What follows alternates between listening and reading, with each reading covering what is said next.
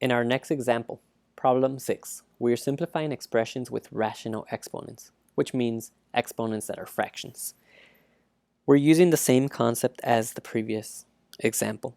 So let's go ahead and start by bringing over our numbers here, 3 times 4, so the coefficients, and then writing our variable parts. So x to the power of 1/3 times x to the power of 1/3.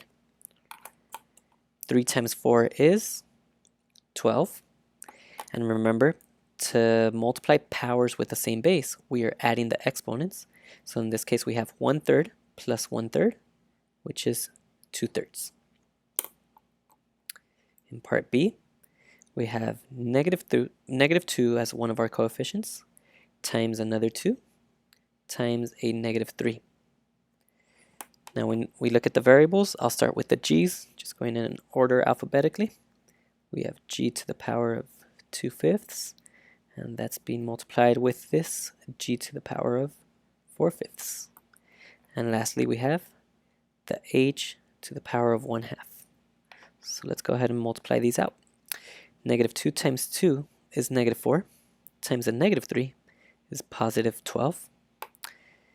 When we multiply these powers with the same base, we add the exponents. So 2/5 plus 4/5 is 6/5. Whoop, don't forget the g. 6/5. And lastly, the h just comes on over. H to the power of 1/2. Lastly, in the last example, part C, we have the same base in all three parts, n, and we're adding up the exponents. 1/5 plus 1/5 plus 3/5 is n to the power of 5/5. What is 5 divided by 5? That is just 1.